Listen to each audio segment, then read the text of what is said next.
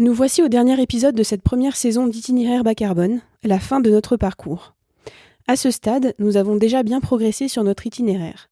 Résumons, nous avons vu ensemble comment bien réaliser votre bilan d'émissions de gaz à effet de serre, comment bien choisir vos outils et méthodes d'évaluation, comment définir votre trajectoire et votre plan de transition, comment le mettre en œuvre en impliquant vos parties prenantes et en vous associant aux actions de votre territoire, comment bien comprendre les termes liés à la réduction des émissions de GES afin de les utiliser correctement lorsque vous communiquez sur vos actions. Pour aller plus loin, je vous propose aujourd'hui de nous intéresser à l'internalisation des compétences climat. En effet, aux différentes étapes du parcours cité ci-dessus, vous avez très certainement été accompagné par des consultants climat experts dans leur domaine.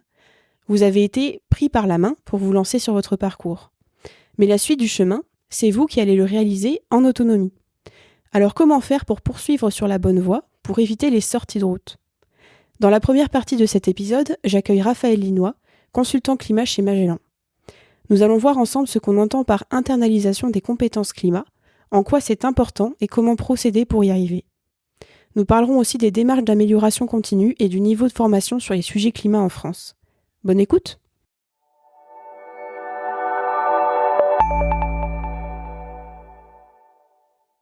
Alors bonjour Raphaël, est-ce que vous pouvez commencer par vous présenter et présenter aussi Magellan avant qu'on rentre dans le vif du sujet ? Ouais, bonjour Suzy. Du coup, moi, je m'appelle Raphaël et je travaille pour une société qui s'appelle Magellan. Magellan, on est une entreprise de conseil en stratégie climat. La clé d'entrée, c'est souvent en effet la comptabilité carbone, mais derrière, ça ouvre pas mal de discussions évidemment parce que la lecture de la chaîne de valeur d'une entreprise sous le prisme climat, ça nous fait rentrer sur la discussion de quelle est la raison d'être de l'entreprise, comment est-ce que se projette dans un monde dans les limites planétaires au sens large. Donc, c'est comme ça que on est amené à travailler sur d'autres sujets que le carbone. Et concrètement, on est un cabinet qui travaille essentiellement avec des PME ETI, notamment à des profils industriels ou en tout cas des entreprises qui ont des flux physiques assez significatifs. Et on travaille aussi indirectement avec elles par le biais de fonds d'investissement typiquement qui eux-mêmes animent une communauté d'entreprises de PME ETI. Et à côté de notre activité de conseil, c'est pour ça qu'on fait quand même pas mal de choses. On est aussi un centre de formation. C'est quelque chose qu'on a dans notre activité de conseil de justement pousser ces compétences sur les sujets carbone et climat. Mais en plus de ça, il nous est paru assez intéressant d'avoir une activité propre à ça, à la formation, à la montée en compétences. Et je pense que c'est notamment sur ce sujet-là on va discuter aujourd'hui.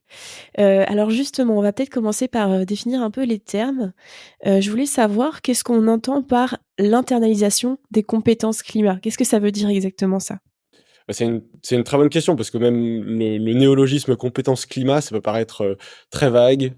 C'est quand même assez nouveau, voilà, dans le langage en entreprise. À mon sens, c'est quelque chose qui, quand on fait un premier accompagnement avec un client, ce qu'on s'aperçoit assez rapidement que la comptabilité carbone, elle sert de révélateur. Et donc, pour la plupart des gens, et moi le premier, quand j'ai découvert la méthodologie de comptabilité carbone, on découvre beaucoup de choses. Donc, en ce sens, c'est pas forcément, je dirais, tout de suite de prime abord une compétence, mais c'est plutôt une réalisation et une nouvelle lecture de son entreprise, euh, en fait, via les flux physiques.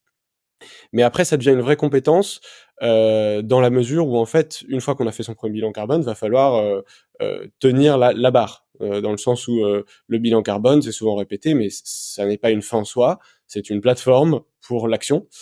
Et donc, pour moi, les compétences, c'est ce qui vient après, c'est-à-dire savoir tenir la barre, ça veut dire être en capacité d'animer son bilan carbone avec l'évolution des activités.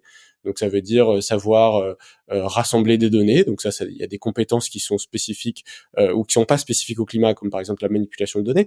Mais il y a plein d'autres compétences qui sont savoir naviguer de façon assez technique les bases de facteurs d'émission, savoir quelles données je dois aller chercher. Ça, c'est, je dirais, d'un point de vue assez technique et comptable, pour moi, c'est une des compétences clés à développer. Et après, je pense que c'est une compétence plus globale. Quand j'appelle compétence climat, c'est une compétence de savoir naviguer ces enjeux de la transition climatique avec des concepts compliqués. On peut parler de neutralité carbone, On peut parler de voitures électriques, on peut parler de cycle de vie, des choses qui sont souvent techniques. Et donc en fait, quand on pense à un plan de transition climatique d'une entreprise, ça touche à plein de postes. Et donc quand moi je dois animer dans une entreprise euh, un plan d'action, il va falloir que je sois en veille et en connaissance sur tous ces sujets-là, avec un regard critique aussi. Donc pour moi, c'est ça la vraie compétence aussi derrière, c'est d'être en veille sur tous ces sujets-là, savoir lire de la littérature qui est parfois technique, savoir qui solliciter sur ces sujets-là. Donc en ce sens, pour moi, la compétence climat, c'est une compétence transverse qui en fait touche à du technique. On l'a vu tout à l'heure avec la comptabilité carbone, mais aussi à des sujets techno, à des sujets organisationnels. Donc c'est voilà, je pense que la compétence climat, c'est une agrégation de compétences qui sont dans divers domaines, mais qu'il faut rassembler dans un rôle, comme par exemple le rôle du responsable RSE. Alors vous avez déjà donné quelques éléments de réponse, mais souvent les entreprises commencent par se faire accompagner par des bureaux d'études dans leur démarche et je voulais peut-être qu'on appuie là-dessus sur le fait, que c'est important, d'aller jusqu'à l'internalisation finalement, donc de se détacher du bureau d'études. Donc je voulais vous reposer la question, pourquoi c'est important d'aller jusque-là dans la démarche, de pas se contenter du suivi avec le bureau d'études, au départ? Bah, ouais, c'est un très bon point. Je crois que c'est Jean Covici qui avait dit ça, il y a quelques années, mais qui disait que, voilà, le conseil climat était voué, un peu à la manière d'une ordonnance de Mission Impossible, de s'autodétruire. Pour moi, j'aime bien cette image-là de me dire que nous, on intervient en simple passeur à un moment, bien évidemment dans l'histoire où il faut que ces enjeux soient pris, assez rapidement par les entreprises. Euh, Si on en reste à une prestation de service et qu'on s'en va et que l'entreprise s'appuie indéfiniment sur un bureau extérieur pour faire ce genre de service, moi je suis assez persuadé que derrière, c'est pas pris forcément au bon niveau. Dans le sens où c'est des sujets qui doivent être, même de façon déontologique, c'est quelque chose où l'entreprise doit devenir autonome. Elle ne doit pas forcément dépendre d'une dépense pour faire ce genre de calcul et de démarche. Qui plus est, en fait, on l'a vu, le bilan carbone, la comptabilité en soi, c'est pas du tout la vocation du travail qu'on fait. Nous, c'est l'action, qu'est-ce qui est fait derrière.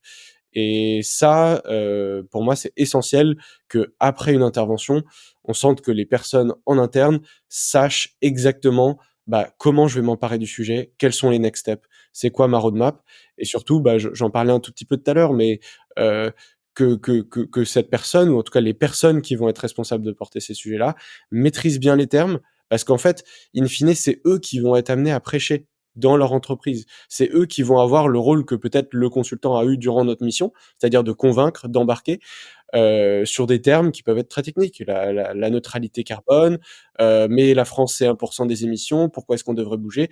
Toutes ces objections-là, et aussi je dirais des discours, pas forcément des réponses à des objections, mais aussi des discours visionnaires sur qu'est-ce que peut être la boîte dans un monde bas carbone. Voilà, tout ça, c'est des choses qui pour moi sont essentielles, qui restent après une mission de conseil. Autrement, comme un flanc, ça retombe, quoi. OK. Belle image. Alors, donc maintenant qu'on a dit ça, qu'on a un peu défini le terme et qu'on a compris pourquoi c'est important de le faire, eh ben, comment on s'y prend, justement? Comment procéder pour internaliser ces compétences? Eh ben, c'est là-dessus, je pense pas qu'il y ait une seule recette. Par contre, je pense chez Magellan, on partage quand même une certaine vision de ça. Il y a forcément besoin, voilà, que la direction de toute façon soit impliquée là-dedans. Donc, que ça soit une mission de conseil ou voire même d'internalisation des compétences, pour nous, c'est essentiel qu'au niveau vraiment du sommet d'une organisation, la conviction soit là et qu'il y ait les bases qui soient posées à ce niveau-là. Après, pour l'internalisation des compétences, nous on a certaines convictions en effet qui sont que la première clé d'entrée c'est de comprendre la comptabilité carbone. Donc typiquement le ou la responsable RSE, pour nous c'est essentiel qu'elle ait en tête la mécanique qui est en fait la clé d'entrée. Plus globalement, d'avoir en effet suivi une formation sur, j'en parle depuis tout à l'heure, mais la technicité des enjeux, la neutralité carbone, qu'est-ce que c'est, pourquoi ça n'est pas à l'échelle d'une entreprise que ça peut se considérer, etc. Et ça, je pense que c'est la formation du rôle pivot C'est-à-dire que le responsable RSE de l'entreprise, il est voilà le quarterback de l'équipe de l'entreprise, quoi. C'est lui qui va distribuer les ballons, c'est lui qui va les solliciter. Donc en quelque sorte, lui doit avoir une formation qui est très 360 degrés. À l'inverse, et je pense que ça ne se fait pas forcément sans, mais il nous paraît essentiel qu'en fait les équipes métiers soient elles aussi formées. C'est-à-dire que moi, si je suis acheteur ou logisticien, j'ai besoin d'avoir, alors à la fois dans la description de mon job, mais ça c'est autre chose, mais en termes d'outillage, par exemple, d'avoir une calculette carbone ou d'avoir ça pour prendre les bonnes décisions dans mon métier. Et ça, typiquement, ça demande aussi une formation. Parce que moi, je suis acheteur, j'ai besoin de savoir, in fine, est-ce que le fournisseur me raconte pas des sornettes? Donc, c'est savoir avoir un esprit critique. Et aussi, quelles données demander? Demander une ACV, voilà, il faut comprendre ce que c'est qu'une ACV pour être en capacité de dire, OK, est-ce que m'a fourni le fournisseur? Peut-être que c'est pas une ACV complète, mais est-ce que j'ai 80% de l'impact? Typiquement. Voilà, ça, c'est des choses qui pour nous sont essentielles à comprendre de la part des équipes métiers. Et il y a une chose qui est quand même assez importante, c'est que dans pas mal des cas, cette internalisation au niveau des branches métiers, c'est pas forcément un organisme externe de le faire. Ça peut être typiquement le rôle pivot qui lui-même devient ou a été formé à être formateur. Et ça, on le voit, bon, bah, c'est un peu le même modèle que les fresques du climat, mais pour nous, c'est essentiel que les équipes métiers aient ces compétences. Ça reste pas forcément l'expertise voilà, cloisonnée de la responsabilité RSE ou d'un département environnement ou qualité. Vous en avez déjà pas mal parlé de l'importance de la formation, mais alors justement concrètement, comment une organisation peut s'y prendre pour faire toutes ces formations, pour former des salariés qui sont déjà en poste et pour obtenir ces compétences? Alors aujourd'hui, il y a pas mal d'organisations qui proposent des formations de très grande qualité sur ces sujets-là. Je pense que c'est une exception française, là, Cocorico. Bon, je pourrais citer des grands noms, mais c'est assez simple. Aujourd'hui, on peut taper sur Google en tant que responsable RSE, on peut chercher une formation sur la comptabilité carbone ou sur la stratégie climat. Il y a bien évidemment pas mal aussi de ressources gratuites en ligne pour se former sur ces choses-là. Moi, je peux prendre l'exemple de ce que nous on fait, c'est-à-dire avec notre activité de formation. Nous, on s'est dit, ok, qu'est-ce qu'on peut développer qui est le plus pragmatique et qui s'intègre dans le métier des gens. Donc, ça veut dire des gens qui sont pressés par le temps, des gens qui ont besoin que, à l'inverse d'une formation générique qui soit pas appliquée à leur cas, que ça soit vraiment avec de la mise en pratique, mais aussi de la mise en pratique sur leur cas. Et ça, je pense, ça vient de notre expérience du conseil. On a envie que ça soit toujours pratique et que la personne qui se forme soit directement en train d'appliquer sur son cas. Et donc, nous, on a typiquement, nous, notre spin-off chez Magellan qui fait de la formation s'appelle la roadmap du climat. Donc, avec cette idée que la personne qui se forme, elle est capable de mener la roadmap climatique de son entreprise. Donc, avec 2 cursus, on a un tronc commun qui est ciblé pour tout responsable RSE ou responsable qualité. Et là, c'est vraiment, comme je disais tout à l'heure, la clé d'entrée, la comptabilité carbone. C'est-à-dire, elle est accessible à tout profil qui veut se former à la comptabilité carbone, savoir manier les manipulations de données, le cadre méthodologique, qu'est-ce qui va dans quoi, dans quelle boîte, comment aller sourcer ses facteurs d'émission, quel tableur utiliser, voilà, quelle spécificité à mon entreprise. Donc tout ça, c'est vraiment l'objectif de ce tronc commun. Et on a ensuite un deuxième cursus qui est là un peu plus global, qui remet en perspective, ok, une fois qu'on a la comptabilité carbone et qu'on a compris ça, comment est-ce que ça s'intègre dans la stratégie climat? Et là, on aborde des questions plus globales comme qu'est-ce que c'est qu'une trajectoire de contribution à la neutralité carbone pour une entreprise? Comment est-ce qu'on anime un plan d'action qui va vers cela? Et toutes les notions qui vont autour de ces sujets-là. Donc ça, c'est le deuxième formation, le deuxième cursus, et qui peut être un peu plus axé à des rôles typiquement de direction. Mmh. On peut dire qu'il y a donc votre bureau d'études, mais il y a aussi certains bureaux d'études qui sont formés, qui peuvent aider aussi à l'accompagnement et à la formation voilà, des salariés sur ces sujets-là.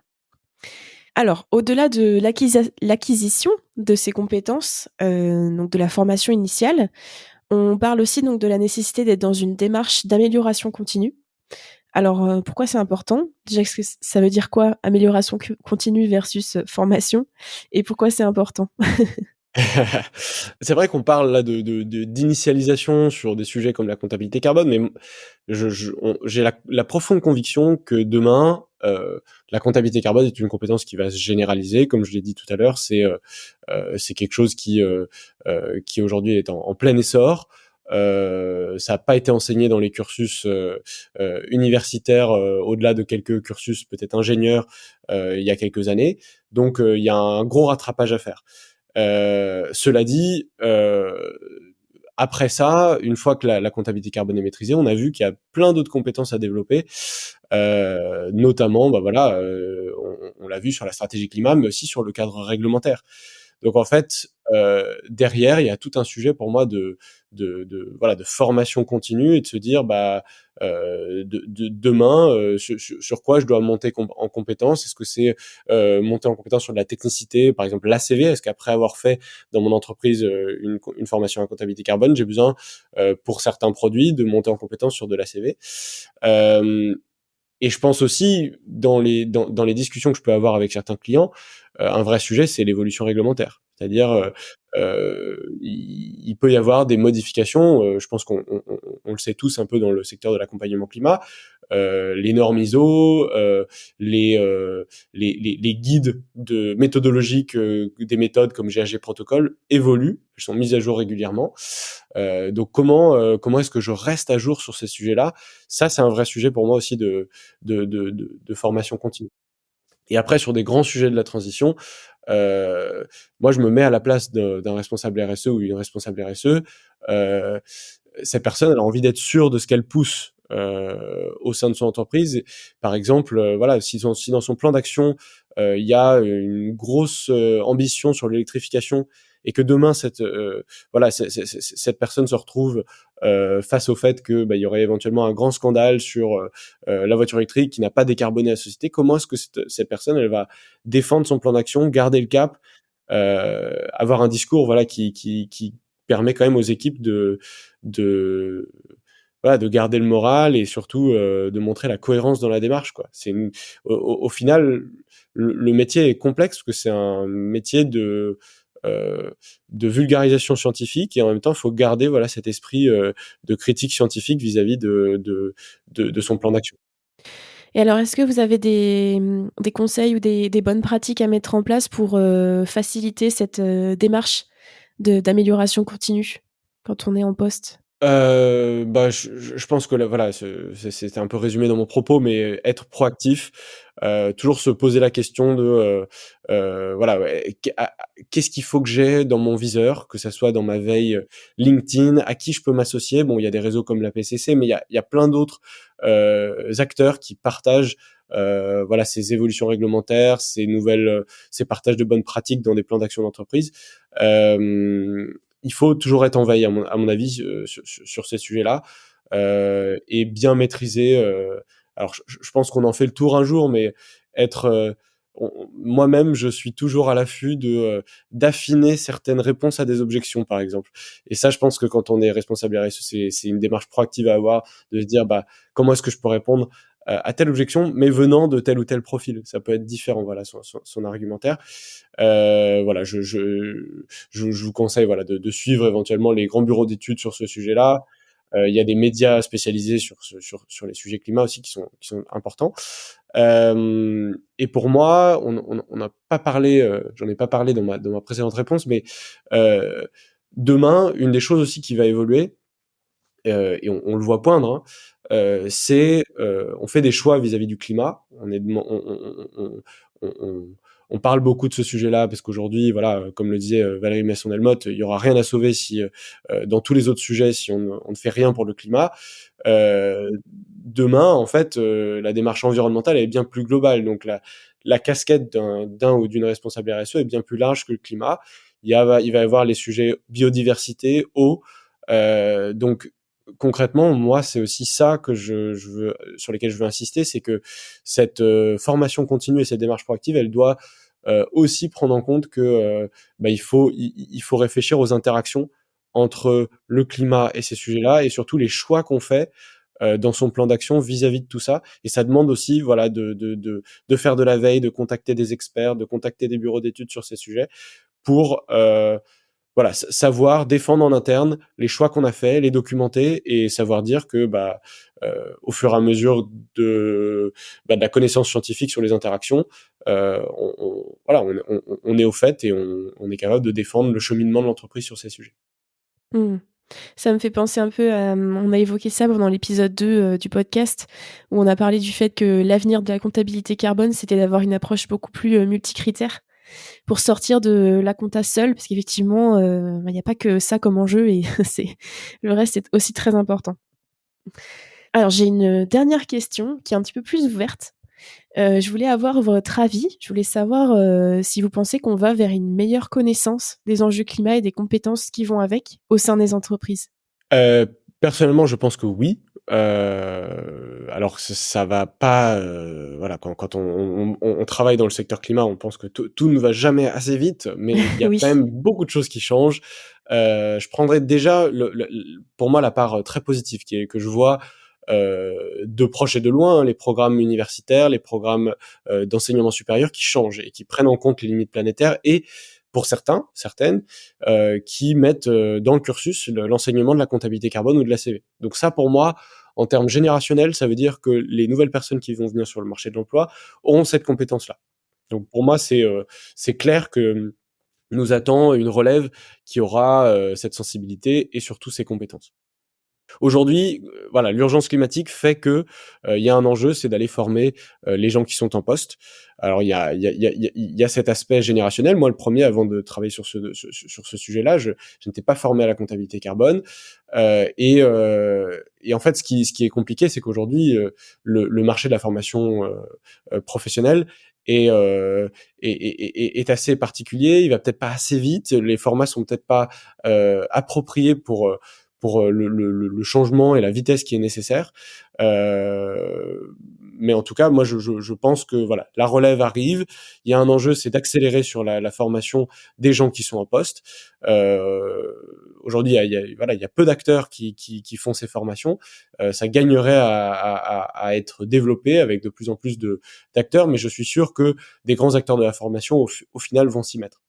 Ce qui est bien avec la comptabilité carbone, encore une fois, et c'est pour ça que je pense que c'est une super base, c'est qu'on a là une méthode qui, pour moi, est fiabilisée, elle est scientifiquement valide, elle est assez facilement quantifiable. On parle de CO2 ou CO2 équivalent. Euh, pour moi, ça va être comment on dit en anglais, une stepping stone. Ça va être une marche vers d'autres sujets, mais euh, dans une démarche où on se projette. Pour moi, c'est une super première étape. Et je finirai sur un propos, c'est que vous me demandiez tout à l'heure la différence entre de la formation et du conseil. Euh, ce qu'il faut voir dans de la formation, c'est que il faut le considérer comme un investissement plutôt qu'une dépense. On est vraiment dans l'investissement dans ses capacités humaines dans l'entreprise à mener sa stratégie climat plutôt que de dépenser pour une prestation externe. Eh bien, merci beaucoup, Raphaël, pour cet éclairage et pour cet échange voilà, qui clôture la saison 1 du podcast Itinéraire bas carbone. Ouais, merci beaucoup, Suzy.